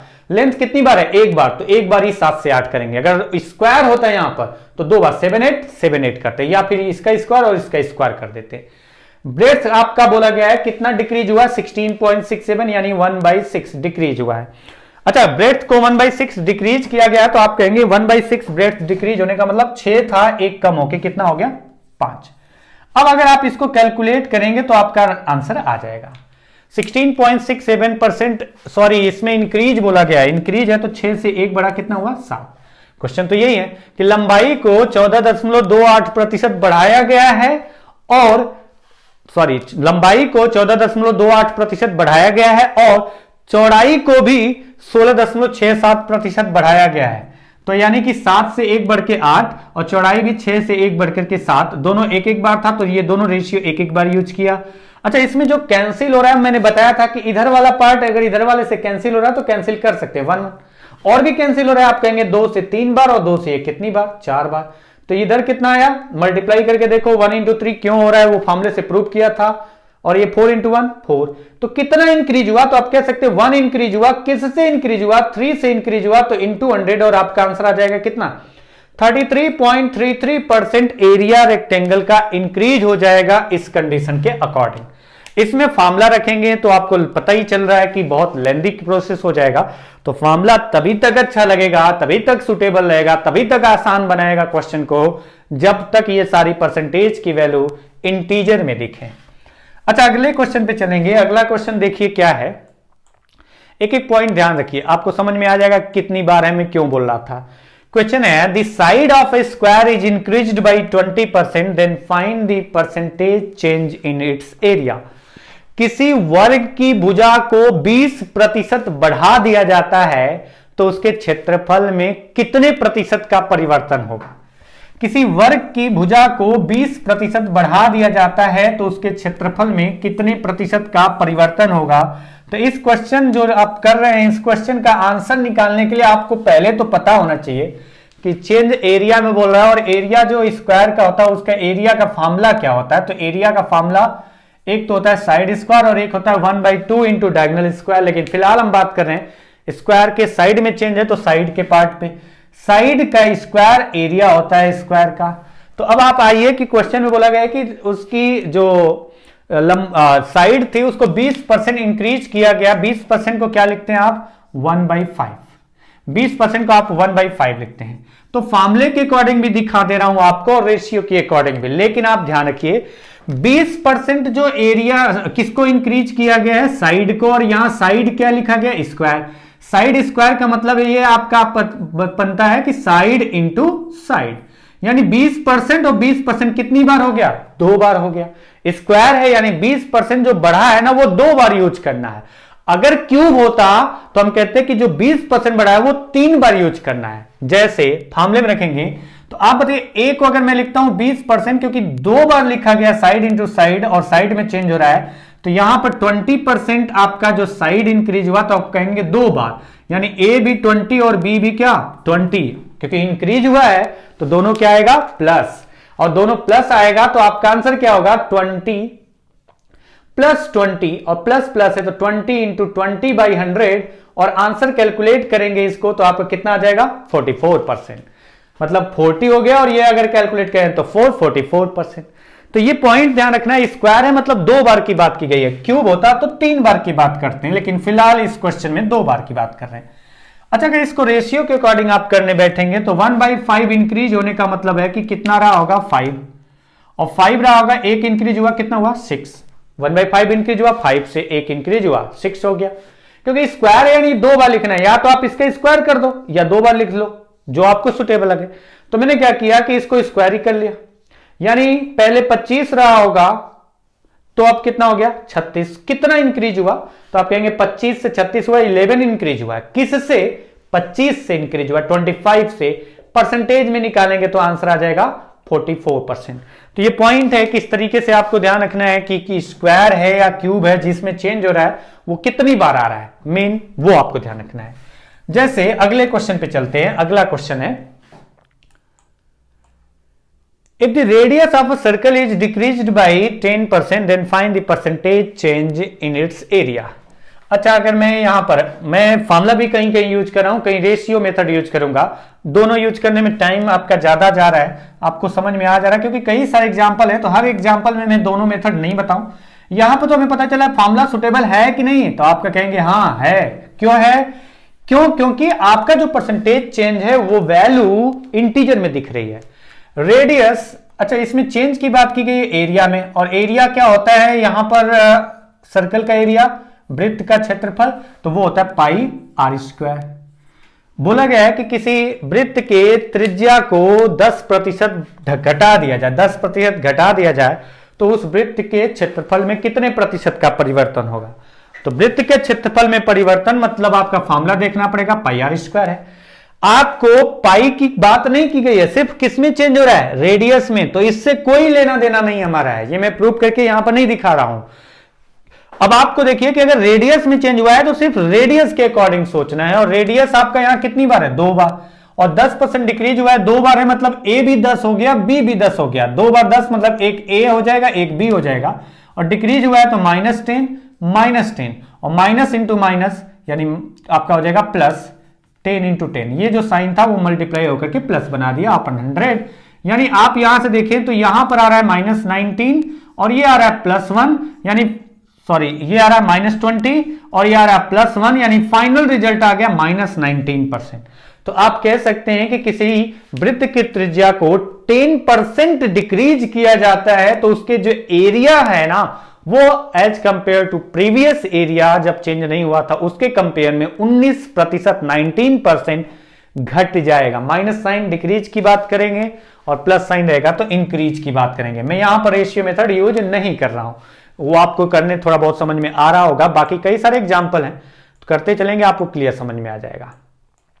अच्छा यहां पर देखिए मैं जो पॉइंट बता रहा हूं, स्क्वायर है तो 2 बार, क्यूब है तो 3 बार। If the side of a cube is increased by 50%, then find the percentage change in its surface area. आपके मेंस एग्जाम में क्वेश्चन ये आया हुआ है सीजीएल के कि किसी घन की भुजा को 50% बढ़ा दिया जाता है तो उसके सरफेस एरिया में कितने प्रतिशत का चेंज होगा। सरफेस एरिया का फॉर्मूला क्या होता है पहले तो ये पता होना चाहिए आपको। सरफेस एरिया का फॉर्मूला होता है, जिसमें चेंज करने की बात की गई है वो फॉर्मूला होता है टोटल सरफेस एरिया क्यूब की बात करें तो 6 इंटू साइड स्क्वायर। आपको यहां पर मैं मेंसुरेशन नहीं पढ़ा रहा हूं, लेकिन आपका मेंसुरेशन का जो फॉर्मूला है वो मैं लिख दे रहा हूं ताकि आपको कंसेप्ट समझ में आए कि आपको किस तरीके से यूज करना है, क्योंकि क्वेश्चन ये आते हैं इस पर बेस। तो सरफेस एरिया मतलब 6 इंटू साइड स्क्वायर, चेंज किस में हुआ है? साइड में, और साइड यहां पर कितना है? 2 बार। अगर साइड 2 बार है यानी जो 50% इंक्रीज है वो कितनी बार आप लिखेंगे? 2 बार लिखेंगे। अब आप इसको रेशियो से करें तो भी सुटेबल है, फॉर्मूले से करें तो भी सुटेबल है, तो मैंने कहा फॉर्मूले में ही रख लेता हूं। इंक्रीज है तो मैं लिखूंगा 50 + 50, 50 + 50, क्योंकि प्लस प्लस है तो प्लस 50 इंटू 50/100, और आंसर कितना आ गया? 125%। मैंने फिर से यहां पर रेशियो का यूज ही नहीं किया और फॉर्मूले में रखा, मेरा आंसर आ गया। रेशियो से भी आएगा, लेकिन हर क्वेश्चन में जरूरी नहीं कि आप रेशियो के पीछे भागो आंख बंद करके कि रेशियो रेशियो रेशियो। तो रेशियो के चक्कर में इतना मत भागो कि जो क्वेश्चन आसानी से हो रहा हो उसमें भी रेशियो लगाने बैठ जाओ और लंबा हो जाए। तो दोनों पॉइंट आप समझते चलो, फॉर्मूला भी आपको पता होना चाहिए, रेशियो का मैंने बेसिक बताया किस तरीके से बना वो भी पता होना चाहिए। अच्छा इस क्वेश्चन को रेशियो से अगर आप करना चाहें, चलिए इसको नहीं करेंगे, अगले क्वेश्चन को रेशियो का यूज कर लेंगे। तो इस तरीके से आपको क्वेश्चन को करना है कि फॉर्मूला भी सही है, रेशियो भी सही है। फॉर्मूला कब तक सही रहेगा? जब तक आपका फॉर्मूला सीधा सीधा वैल्यू पुट करना हो और वैल्यू जो हो इंटीजर में हो। जैसे आप देख सकते हैं, the side of a cube is decreased by 10%, then find the percentage change in its volume. किसी घन की भुजा को 10% डिक्रीज कर दिया जाता है तो उसके आयतन में कितने प्रतिशत का परिवर्तन होगा। यह भी आपका क्वेश्चन आया हुआ है आपके सीजीएल के एग्जाम में, लेकिन वहां पर इंक्रीज बोला गया था, मैंने यहां पर लिख दिया डिक्रीज। तो अब आपसे बोला गया है इस क्वेश्चन को अगर देखो वॉल्यूम की बात की गई है, वॉल्यूम में कितने % का चेंज होगा। मेन जो मेरा फोकस है समझाने का किस तरीके से यूज करना है, कहां पर 1 बार 2 बार 3 बार, वो भी आपको समझ में आना चाहिए। तो अब आपको यहां बोला गया कि इसका जो वॉल्यूम होगा, वॉल्यूम में कितने परसेंट का चेंज होगा। तो वॉल्यूम का फॉर्मूला क्या होता है, किसी घन जो होता है, घन का वॉल्यूम यानी क्यूब का वॉल्यूम का फॉर्मूला होता है, आयतन का फॉर्मूला होता है, वो होता है साइड का क्यूब। और बोला जा रहा है साइड में चेंज हो रहा है, और साइड में चेंज हो रहा है यानी साइड कितनी बार है, तो आप कह सकते हैं साइड यहां पर कितनी बार है, 3 बार है। तो जो 10% आपका डिक्रीज हो रहा है वो कितनी बार 10% डिक्रीज की बात करेंगे, 3 बार, 3 सक्सेसिव आपका डिक्रीज है यहां पर, 10% फिर 10% फिर 10%, क्योंकि आप लिखेंगे side into side into side, तो ये 10% 3 बार यूज होगा। अच्छा, मैं पहले इसको रेशियो से बताऊंगा, और एक जो लास्ट कॉन्सेप्ट और है जो समझना है, बाकी सारे क्वेश्चन यही कॉन्सेप्ट यूज होते हैं, घुमाया जाए चाहे जिधर से। अच्छा, अगर आपसे समझना है क्या है कि ये 3 बार है तो 3 बार लिखा, लेकिन दूसरा पॉइंट आपको फॉर्मूले में कैसे यूज करना है, क्योंकि फॉर्मूला तो 2 बार का हमने दिया गया, 2 चेंज का दिया गया, यहां तो 3 चेंज हो गया, 3 चेंज किया, 4 चेंज हो तब भी आएगा। लेकिन इस क्वेश्चन का पहले आंसर निकाल लेते हैं रेशियो के अकॉर्डिंग। 10% को आप क्या लिखते हैं, 1/10। 1/10 डिक्रीज होने का मतलब 10 था तो 1 घट के कितना हो गया, 9। 3 बार लिखना है तो फिर से लिख दिया 10/9, फिर से लिख दिया 10/9, क्योंकि हर बार तो डिक्रीज की बात की जाएगी। 10% डिक्रीज है तो तीनों बार तो डिक्रीज की बात है। तो अब आप या तो क्यूब कर सकते थे डायरेक्टली, तो मैंने कहा ये कितना हुआ 1000, मल्टीप्लाई किया। मल्टीप्लाई क्यों किया, रीजन पता है हमें, ये मल्टीप्लाई करें तो कितना आता है 729, यानी 1000 से 729 हुआ। कितना डिक्रीज हुआ है, तो अगर आप यहां देखें तो कितना आपका डिक्रीज हुआ है, 2231 शायद डिक्रीज हुआ है, शायद गलत है, 271 डिक्रीज हुआ है। तो 271 डिक्रीज हुआ कितने से, 1000 से, तो 100 पे कितना होता है 27.1। आप समझ सकते नहीं समझ सकते तो ये तो रट्टा मार के बैठे ही है बचपन से। किससे डिक्रीज हुआ, 1000 इंटू परसेंटेज चाहिए 100, 2 जीरो कैंसिल, 10 से डिवाइड किया 27.1%। तो ये आपका आंसर आ गया 27.1% डिक्रीज हो जाएगा वॉल्यूम अगर 10% क्यूब की साइड को डिक्रीज किया जाए तो। अच्छा, अगर मैं इसको फॉर्मूले में रखूं तो किस तरीके से फॉर्मूला यूज होगा उसको मैं आपको समझा दे रहा हूं। जो फॉर्मूला यूज होता है इसमें किस तरीके से यूज होगा, उसके लिए मैं एक फिगर बनाकर फिर उसको इस फॉर्मूले में समझाऊंगा किस तरीके से।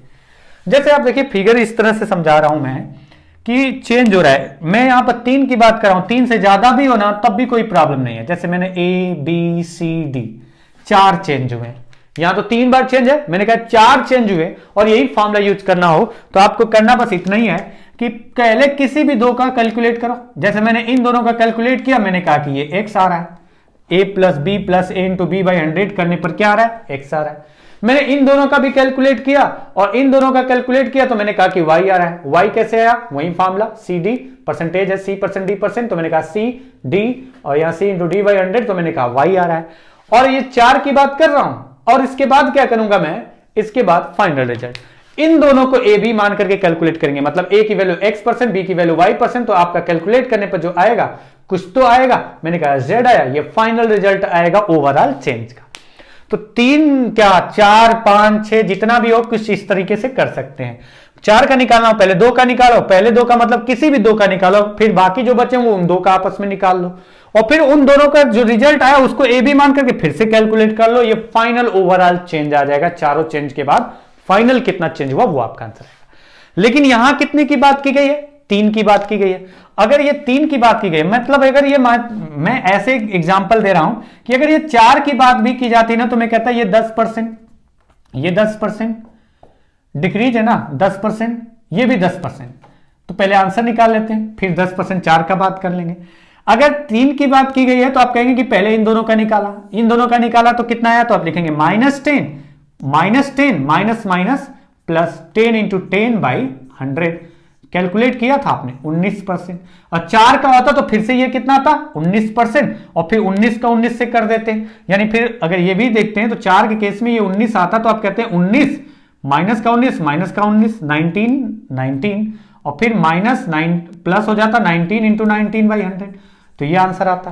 तो ये मैंने बस आपको एक हिंट दिया है कि 4 का भी आ जाए तो घबराने की जरूरत नहीं अगर फॉर्मूला यूज करना चाहते हैं तो यहां पर मैं 4 की बात ही नहीं कर रहा हूं, मैं तो यहां पर बात कर रहा हूं क्वेश्चन के अकॉर्डिंग चले तो 3 की, तो 3 की अगर बात कर रहा हूं तो मैं बस इतना ही जाऊंगा, किसी भी 2 का पहले कैलकुलेट करके एक फाइनल रिजल्ट आएगा उन 2 का, और उन 2 फाइनल रिजल्ट का जो भी आया उसको फिर मैं करूंगा 30 से कम, उसी तरीके का उसी फॉर्मूले के अकॉर्डिंग। यानी इसको मैंने a माना तो फिर ये भी हो गया, या फिर इसको a मानो तो ये भी हो गया, क्योंकि इसको तो कैंसिल कर दिया मैंने, कैलकुलेट करके हटा दिया, इसके स्थान पे डायरेक्टली लिख सकते हैं हम लोग कितना 19%।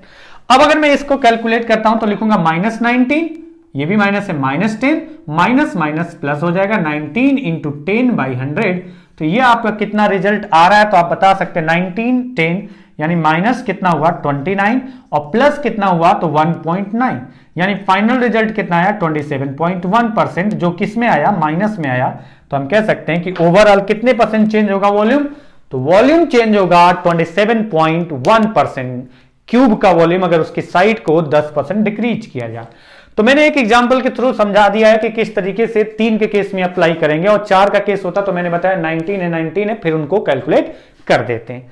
तो चलिए 4 के केस पर तो आपके एग्जाम में क्वेश्चन आता नहीं है, लेकिन मैंने आपको समझा दिया ताकि आपको दिक्कत न रहे। अच्छा, अगर इस क्वेश्चन को देखो, if the base and height of a right angle triangle is increased by 20% and 25% respectively, the area of the triangle becomes 300 square metre, then find the initial area of the triangle. अब ये triangle जो है ना, इस triangle की area की बात की गई है, लेकिन ये triangle base and height of a right angle triangle है। बोला गया है कि किसी समकोण त्रिभुज का आधार और ऊंचाई को क्रमशः 20% और 25% बढ़ा दिया जाता है तो नया क्षेत्रफल 300 मीटर स्क्वायर प्राप्त होता है। पुराना क्षेत्रफल ज्ञात करो। यहां पर पहले तो पता होना चाहिए कि राइट एंगल ट्रायंगल का एरिया का फॉर्मूला क्या होता है, तभी तो आप पता करेंगे कि जिसमें चेंज हो रहा है वो कितनी बार है, बीच में प्लस तो नहीं है, प्लस होगा तो सी एंड डी आंसर चांसेज होते हैं। एरिया आपका फॉर्मूला होता है 1/2 into base into height. Right angle triangle का जो एरिया का फॉर्मूला होता है, समकोण त्रिभुज का जो एरिया क्षेत्रफल का फॉर्मूला होता है वो होता है 1/2 गुणे आधार गुणे ऊंचाई। अब आप बताइए, आधार एक बार है, हाइट एक बार है, इसको मत देखना कि आधा है, इसको हटा दो। बेस स्क्वायर होता 2 बार होता, क्यूब होता 3 बार होता। बेस एक बार है, हाइट एक बार है, यानी 20% अगर एक को इंक्रीज किया गया है तो एक बार 20% इंक्रीज होगा, और 25% आपको हाइट को डिक्रीज किया गया तो वो भी एक बार डिक्रीज होगा, यानी 1/5 और ये कितना 1/4। रेशियो तो आपको पता ही, फ्रैक्शन वैल्यू कितना लिखते हैं। तो अब आप आंसर अगर निकालने जाते हैं तो फॉर्मूले में रख लो आप, अगर रखना चाहें फॉर्मूले में तो फॉर्मूले से भी आंसर आएगा, और अगर आप चाहें तो रेशियो मेथड, तो मैं यहां पर रेशियो की बात कर रहा हूं, फॉर्मूले में आप देख लेना। तो अब आप देखिए कि 20% इंक्रीज हुआ, मतलब 5 रहा होगा तो कितना हो गया 6, 5 से कितना हो गया 6, यानी एरिया 5 रहा होगा तो 6 हो जाएगा। और अगर उसकी जो बेस शायद उसका जो हाइट है उसको डिक्रीज किया गया है 25%, ऑर्डर मैटर करता नहीं है इसमें, 1/4 डिक्रीज हुआ है, यानी कि 4 रहा होगा तो कितना रहा हो गया होगा एरिया 3। इसकी वजह से अगर एरिया 4 होगा तो घट के 3 हो जाएगा, और इसकी वजह से एरिया अगर 5 होगा तो बढ़ के 6 हो जाएगा। तो ये इस तरीके से आप अप्लाई कर सकते हैं, और कहीं कैलकुलेशन में गड़बड़ तो नहीं किया। इंक्रीज है एक, और height and right angle increase by, दोनों इंक्रीज है, सॉरी दोनों इंक्रीज है। 1/4 ये इंक्रीज है, मतलब ये भी 4 से रहा होगा तो कितना हो जाएगा 5। 1/4 इंक्रीज होने का मतलब है 4 रहा होगा तो एक बढ़ के 5, दोनों इंक्रीज है, मेरे को लगा कि एक डिक्रीज है। तो अब आप देखिए कि पहले कितना रहा होगा, तो पहले रहा होगा 20, कैंसिल भी कर सकते थे, 5 से 5 कैंसिल, 2 से 2 टाइम्स, 2 से 3 टाइम्स, यानी 2:3। पहले एरिया 2 रहा होगा, 2 यूनिट स्क्वायर यूनिट रहा होगा, तो अब कितने यूनिट हो गए 3 यूनिट स्क्वायर हो गया। और क्योंकि आपको यहां पर यह नहीं बताना है कि कितने परसेंट चेंज हुआ, तो आपको जो दिया गया इंफॉर्मेशन उसका फायदा उठाइए कि बदलने के बाद जो एरिया यहां पर हमारे अकॉर्डिंग 3 यूनिट स्क्वायर आ रहा है उसमें दिया गया 300 मीटर स्क्वायर, यानी 3 यूनिट 300 मीटर स्क्वायर है, तो इसमें कौन सा दिमाग लगाना है, 2 यूनिट कितना होगा 200 मीटर स्क्वायर। कैसे होगा, दिमाग ज्यादा मत लगा लेने बैठ जाना। 3 की वैल्यू 300 मीटर स्क्वायर है, तो 1 की वैल्यू 3 से डिवाइड किया 100 मीटर स्क्वायर, तो 2 की वैल्यू कितनी होगी 100 इंटू 2 200 मीटर स्क्वायर। तो ये पॉइंट आप ध्यान रखना कि ये फॉर्मूले से रिलेटेड अगर क्वेश्चन बनते तो आपको पता होना चाहिए कि ये फॉर्मूले में जो वैल्यू में चेंज हो रहा है वो कितनी बार आ रहा है, और अगर 2 से ज्यादा हो तो वो मैंने आपको बता दिया है। देख सकते हैं यहां पर ये 2 और क्वेश्चन करने वाले हैं इस पर बेस, और आपका आज की क्लास ओवर करेंगे। तो ये पॉइंट आपको ध्यान रखना है कि किस तरीके से इन क्वेश्चन को करते वक्त हमें किन पॉइंट का ध्यान रखना। लास्ट में मैं बता दूंगा कौन कौन से पॉइंट हमने डिस्कस किया है जिसको आपको ध्यान रखना है। लेकिन आप इस क्वेश्चन को देखिए, क्वेश्चन क्या है, if the radius of a cylinder is increased by 20% and its height is decreased by 10%, then find the percentage change in its curved surface area। एक तो आपको बोला गया है इसका जो वक्र पृष्ठीय क्षेत्रफल है उसमें कितना चेंज होगा, किसका बोला गया है, तो बेलन की बात की गई है। सिलेंडर, एक सिलेंडर है मतलब बेलन है, अब वो बेलन नहीं जो रोटियां बेलते हैं, और वो रोटियां बेलने वाला बेलन की बात नहीं कर रहा हूं, ये बेलन की बात कर रहा हूं। कुछ इस तरीके से आपका होगा ये पार्ट आपका, यानी जितना रेडियस इधर होगा उतना ही रेडियस इधर होगा, और ये 90 डिग्री का केस होगा अगर इस तरह से मिलाए तो ये पॉइंट आप ध्यान रखना।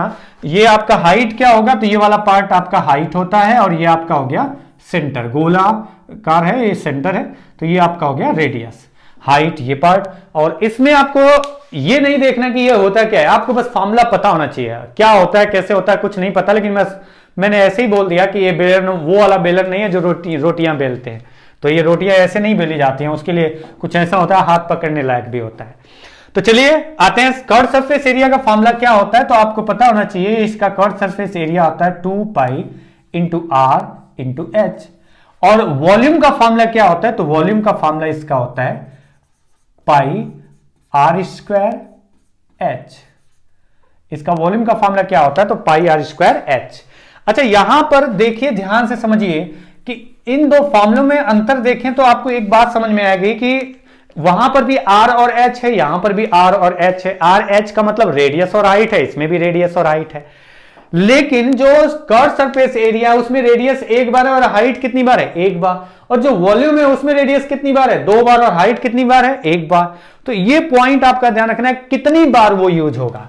अब आपको अगर मैं बात करूं यहां पर कि पहले इसको डिस्कस करते हैं इस क्वेश्चन में, कर्व सरफेस एरिया। अगर कर्व सरफेस एरिया में बात की जाए तो रेडियस कितनी बार है, 1 बार, और रेडियस को कितना आपने किया है इंक्रीज, तो रेडियस इंक्रीज्ड बाय 20%, यानी जो 20% है केवल और केवल एक बार लिखा जाएगा, वो इंक्रीज हुआ है तो प्लस, यानी 1/5 एक बार इंक्रीज हुआ है। अच्छा उसकी हाइट को डिक्रीज किया गया 10%, मैं कर्व सरफेस एरिया पर डिस्कस कर रहा हूं कितना चेंज होगा। अगर उसकी हाइट को 10% डिक्रीज किया गया है तो आप कह सकते हैं 1/10, और ये भी केवल कितनी बार यूज होगा, एक बार यूज होगा। स्क्वायर होता तो 2 बार यूज होता, लेकिन यहां पर रेडियस का वैल्यू पर स्क्वायर नहीं है, क्यूब नहीं है, ये सिर्फ सिंगल टाइम्स है तो सिंगल टाइम्स 20% इंक्रीज होगा। हाइट में देखिए ये भी सिंगल टाइम्स है तो सिंगल टाइम आपका 1/10 जो कि 10% डिक्रीज करके देखेंगे। और रेशियो का यूज करूं यहां पर मैं तो मेरा सीधा सा होगा 1/5 इंक्रीज होने का मतलब 5 से 1 बढ़ के कितना हो गया, 6। 5 रहा होगा तो 1 इंक्रीज हुआ 6 हो गया। और अगर 1/10 डिक्रीज की बात करें तो 10 था, 1 कम हुआ, कितना हो गया, 9। तो अब आप देखिए कितने परसेंट का चेंज हुआ फाइनल कर्व सरफेस एरिया में, तो आप कह सकते हैं पहले रहा होगा 50, तो अब कितना हो गया 54। अब मल्टीप्लाई करके देख लो, क्यों मल्टीप्लाई, रीजन आपको पता है, कितना इंक्रीज हुआ है, 4। अच्छा छोटे छोटे पॉइंट ध्यान रखो, 50 पे 4 इंक्रीज हुआ, क्या 4% बोल सकते हैं, नहीं। परसेंटेज कब बोलते हैं, जब 100 पे। तो 50 पे अगर 4 इंक्रीज हो रहा है तो 100 पे कितना इंक्रीज होगा, उसका डबल पे, तो डबल इंक्रीज होगा यानी 8 इंक्रीज होगा, तो आंसर क्या होगा 8%। लेकिन लिख के करें तो 4 इंक्रीज हुआ किससे, 50 से। अगर दिमाग एकदम नहीं चलाना चाहते हैं, पेन ही चलाना चाहते हैं, तो आप सीधा लिखो 4 इंक्रीज हुआ किससे, 50 से इंटू 100, तो 0 से 0 काटो, फिर 5 से 2 बार, 2 का 4 से मल्टीप्लाई किया 8%, यानी जो कर्व सरफेस एरिया है वो 8% इंक्रीज हो जाएगा। तो मैं यहां पर फार्मूले में रखने की बात करूंगा, आप फार्मूले में रख करके चेक कर लेना, आपका आंसर आ जाएगा कि 20% और 10% किस तरीके से आया है। मतलब इसको किस तरीके से रखा जाएगा, +20 -10, और यहां पर आएगा 20 × 10, क्योंकि माइनस आएगा, क्यों आएगा, क्योंकि प्लस माइनस है, अपन 100, तो फाइनल रिजल्ट क्या आएगा 8%। आप चेक करना, नहीं आएगा तो मुझे बता देना, क्योंकि आपके पास नंबर भी है और आपको कमेंट करने के लिए वहां पर है ही अवेलेबल, तो आप कमेंट करो, अगर नहीं समझ में आता तो मैं समझाऊंगा। तो ये आपका किस तरीके से कर्व सरफेस एरिया के लिए हमें क्या ध्यान रखना था, रेडियस में चेंज हुआ, हाइट में चेंज हुआ, तो रेडियस कितनी बार है और हाइट कितनी बार है, उसके अकॉर्डिंग आपको रेशियो में यूज करते हुए कितनी बार यूज करना वो ध्यान रखना है। दूसरा, अगर हम बात करें इसी क्वेश्चन में कि वॉल्यूम में कितने % का चेंज होगा, वॉल्यूम में चेंज की बात करें, रेडियस आपका देखें तो रेडियस में यहां पर क्या आपको बोला गया है, स्क्वायर है। यहां पर रेडियस स्क्वायर मतलब रेडियस इंटू रेडियस, यानी रेडियस कितनी बार है, 2 बार है। हो सकता है मेरी स्पीड बोलने की ज्यादा हो, लेकिन आपको समझने की स्पीड मेंटेन करके रखिए, क्योंकि एक ही बात को कई बार बोल रहा हूं तो आपको दिक्कत नहीं होगी। रेडियस को स्क्वायर की बात करें यानी कि रेडियस इंटू रेडियस, रेडियस 2 बार आया तो 1/5 इंक्रीज, 2 बार करेंगे तो 5 था, 1 इंक्रीज हुआ 6, फिर 5 से एक बार और इंक्रीज कर लिया 6। या तो आप डायरेक्टली स्क्वायर कर दो, 5 का स्क्वायर 25, 6 का स्क्वायर 36, मल्टीप्लाई करने पर भी वही आएगा, तो कोई दिक्कत नहीं। हाइट एक बार है तो 1/10 एक बार डिक्रीज करेंगे, मतलब 10 था तो 1 घटा तो कितना हो गया 9। अब आप मल्टीप्लाई करके चेक करिए, बोला गया कि यहां पर 5 इंटू 5 इंटू 10 250, 250 है। चाहो तो आप कैंसिल कर सकते थे, कितना होता 2 से 3 और 2 से 5, लेकिन अगर जरूरत हो तो करो, नहीं लग रहा है कि फायदा बहुत ज्यादा नहीं मिलने वाला है कैलकुलेशन के पार्ट पे, तो जरूरी नहीं कि आप उसको कैंसिल ही करो। 6 इंटू 6 36 और इंटू 9 यानी 360 माइनस 36, 360 माइनस 36 मतलब 324। कैसे मैंने किया वो आपको समझ में आएगा जब आप प्रैक्टिस करेंगे, तो ये ऐसे ही आपका दिमाग चलेगा, इस ऐसे ही क्या इससे ज्यादा बेहतर चलेगा। मेरा दिमाग क्या चलता है, आपका तो उससे भी कई गुना बेहतर चलेगा। तो कितना इंक्रीज हुआ, अब आप यहां पर भी माइनस करने बैठ ना जाओ, 324 में से 324 324 और माइनस 250 और करने बैठ गए। दिमाग चलाओ कि आप ऐसे सोचो ना कि 300 से ये कितना कम है 50, 300 से 50 कम और 300 से 24 ज्यादा, 50 नीचे 24 ऊपर, डिफरेंस कितना आएगा 24 ऊपर वाला 50 नीचे वाला, जोड़ दो 74, यानी 74 आपका क्या हुआ है इंक्रीज, किससे 250 से इंटू 100। और ये आपका रिजल्ट जो देखें तो ऊपर आ गया 2 और नीचे कितना आ गया 5, और अगर हम देखें मल्टीप्लाई करके तो कितना आ रहा है 74 148 अपॉन 5, यानी अगर डिवाइड करें 29.6%, क्योंकि आपका इंक्रीज हुआ है। कैसे पता चला, क्यों पता चला कि इंक्रीज हुआ, तो आप कह सकते हैं 250 से 324 हुआ, मतलब क्या हुआ है इंक्रीज हुआ है। तो आपका इंक्रीज कितना हो गया इसका वॉल्यूम, तो आप कह सकते हैं कि इसका वॉल्यूम हुआ है इंक्रीज 29.6।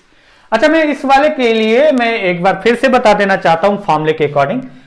अगर आप फॉर्मूले के अकॉर्डिंग करना चाहें इस वाले को, तो किस तरीके से आप अप्लाई करेंगे इसमें, वो आपको समझ में आ जाएगा। अभी बोला गया है जैसे क्वेश्चन में आप देखेंगे कि 20%, इसके लिए मैं बात कर रहा हूं 20% इंक्रीज, और यहां 20 कितनी बार यूज होगा 2 बार 20% इंक्रीज करना है, और आपका हाइट एक बार है तो 10% डिक्रीज करना है। तो किसी भी दो को पहले कैलकुलेट करो, बाकी उसको तीसरे से फिर रिलेट करना है। तो चाहे आप इन दोनों का कैलकुलेट करो या इन दोनों का कैलकुलेट करो। तो मैंने कहा कि अगर मैं इस क्वेश्चन में इन दोनों का तो कैलकुलेट किया था ना, अगर आपको याद हो तो इन दोनों को ही कैलकुलेट कर लो, चाहे आप पहले इन दोनों को कैलकुलेट करो, जो आएगा उसको 10 से रिलेट कर दो। तो मैं इस बार इस दोनों को कैलकुलेट कर रहा हूं, ऑर्डर मैटर नहीं करता किसको पहले करते हैं। तो +20 -10 और प्लस माइनस क्या आएगा प्लस माइनस क्या आएगा -20 इंटू 10/100। तो ये आपका रिजल्ट जो आया, अगर आप देखें तो यहां कितना आ रहा था 8%, यानी ये 8% आ गया। इसको हटा दिया, मैंने कहा इसको हटाया, और इसके स्थान पे डायरेक्टली मैं कह सकता हूं कि इन दोनों चेंज की वजह से कितना परसेंट इंक्रीज होगा 8%। और अब आप इन दोनों को रिलेट कर दो, तो आप कहेंगे 20 प्लस का भी 8, दोनों 8 प्लस के हैं, तो ये भी प्लस का आएगा 20 इंटू 8/100, और आपका आंसर आ जाएगा 0 0 कैंसिल, यानी 20 और 8 28 प्लस 2 8 जा 16/10 1.6 29.6%, यानी 29.6% उस जो सिलेंडर है ना उसका वॉल्यूम इंक्रीज हो जाएगा दी गई कंडीशन के अकॉर्डिंग।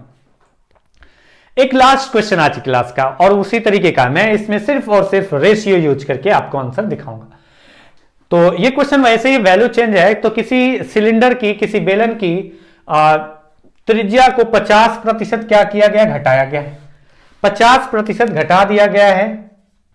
किसी बेलन की त्रिज्या को 50% घटाया गया है, और उसकी हाइट को 20% बढ़ाया गया है, 20% बढ़ाया गया है, हाइट को 20% बढ़ाया गया, रेडियस को 50% घटाया गया। अब बोला गया है, तो बताइए कि कितने % का चेंज होगा उस सिलेंडर के वक्र पृष्ठीय क्षेत्रफल और किसमें, और आपका आयतन में, इन दोनों पार्ट पे कितने का चेंज होगा। तो अब आप देखिए इस क्वेश्चन को मैं फॉर्मूले के अकॉर्डिंग नहीं बता रहा हूं, मैं रेशियो के अकॉर्डिंग ही बता रहा हूं। फॉर्मूला आपको समझा दिया हूं कि किस तरीके से यूज होगा, लेकिन फॉर्मूला तभी तक आपका सुटेबल रहेगा। रेशियो हमेशा सुटेबल बना सकते हैं आप, लेकिन फॉर्मूला तभी तक आपका सुटेबल रहेगा जब तक ये परसेंटेज की वैल्यू अच्छी है। इसमें अच्छी है, आप आंसर निकाल सकते हैं इसमें वैल्यू पुट करके। आप कहते हैं कि 50% डिक्रीज हुआ -50 +20 और यहां पर माइनस प्लस आ रहा तो माइनस साइन आता, 50 इंटू 20/100 और आपका आंसर आ जाता कर्व सरफेस एरिया का, क्योंकि रेडियस भी एक बार, हाइट भी एक बार, तो 50% एक बार और एक बार 20% यूज करते। तो चलिए मैं रेशियो का यूज करके इस क्वेश्चन का आंसर बताता हूं। रेडियस को 50% डिक्रीज किया गया है। रेडियस यहां पर कर्व सरफेस एरिया की बात कर रहा हूं। रेडियस यहां पर एक बार है, यानी 50% जिसको लिखा जाता है 1/2 डिक्रीज हुआ है, तो 2 से 1 कम हुआ तो कितना बचा? 1। दूसरा पार्ट हाइट है 20%। 20% को क्या लिखा जाता है? तो आपको पता है कि 20% होता है 1/5। और यहां हाइट कितनी बार है कर्व सरफेस एरिया के पार्ट पे? तो एक बार है, तो 1/5 एक बार आपको क्या करना है? इंक्रीज करना है, यानी 5 रहा होगा तो 1 इंक्रीज हो गया, कितना हो गया? 6। अब बोला जा रहा है कितना परसेंट चेंज हुआ, तो आप कहेंगे कि पहले कर्व सरफेस एरिया 10 रहा होगा, तो अब कितना हो गया? 6। कितना इंक्रीज हुआ, तो आपका आ गया 4। गलत तो नहीं कैलकुलेट किया हूं, आप देख सकते हैं, शायद नहीं। 1/2 डिक्रीज हुआ है, यानी 2 से 1 हुआ, और ये 1/5 इंक्रीज हुआ है, यानी कि then height is increase by 20%, 1/5 यानी 5 से 1 बढ़ा 6 हो गया, यानी पहले 10 रहा होगा तो अब हो गया 6। तो कितना इंक्रीज हुआ? फिर से मैं वही बात कहूंगा, थोड़ा सा दिमाग दौड़ाओ आप। 4 बढ़ रहा है, 10 पे 4 बढ़ा, यानी 100 पे कितना बढ़ेगा? 40, और 100 पे 40 बढ़ता तो इसका मतलब 40%। और नहीं तो लिखने का तरीका तो है 4 कितने पे? 10 पे, परसेंटेज चे इंटू 100 और आंसर हो गया 40%। इस तरीके से आप आंसर निकाल सकते हैं। तो ये तो आपका रहा है कर्व सरफेस एरिया। वॉल्यूम की बात करें तो वॉल्यूम में देख लो आप, वॉल्यूम में क्या होगा कि वॉल्यूम में आपका रेडियस कितनी बार है? 2 बार। वॉल्यूम में रेडियस कितनी बार है? 2 बार, यानी अगर 2 बार रेडियस है, रेडियस की स्क्वायर है यानी 2 बार, तो 2 बार आपको 1/2 क्या करना होगा? डिक्रीज करना होगा। तो 2 बार डिक्रीज करना होगा, तो 2 से 1 डिक्रीज हुआ, कितना बचा? 1। एक बार और लिख लो, या तो स्क्वायर कर लेते या तो लिख लिया, 2 से 1 ये डिक्रीज हुआ 2 1। अब आपका 20% 1/5 हाइट कितनी बार है? एक बार है, यानी एक बार आपको 1/5 इंक्रीज करना है, यानी 5 था तो 1 बढ़ के कितना हो गया? 6। 5 था तो 1 बढ़ के कितना हो गया? 6। अब बताइए पहले कितना रहा होगा उसका वॉल्यूम? तो 5 इंटू 2 10 इंटू 2 20, और अब कितना हो गया? कितना हो गया? 6। पहले कितना रहा होगा? 20, तो अब कितना हो गया? 6। कितना डिक्रीज हुआ? तो डिक्रीज कितना हुआ? 14। अच्छा 20 पे 14 डिक्रीज हो रहा है, 10 पे कितना होगा? 7, तो 100 पे कितना होगा? 70, यानी 100 पे 70 है तो 70%। ये जो मैं बोल रहा हूं ना, ये आपका दिमाग जब चलेगा ना तो यही सब करते हैं आप, ये बैठते नहीं है कैलकुलेट करने कि पूरा कैलकुलेट करके देखें। 14 डिक्रीज हुआ, 14 किससे डिक्रीज हुआ है? पहले जो था 20 इंटू 100, और ये आपका गया 70%, यानी वॉल्यूम कितने परसेंट का चेंज हो गया इस दी गई कंडीशन के अकॉर्डिंग? तो वॉल्यूम 70% डिक्रीज हो जाएगा अगर रेडियस को 50% डिक्रीज करते हैं और हाइट को 20% इंक्रीज करते हैं।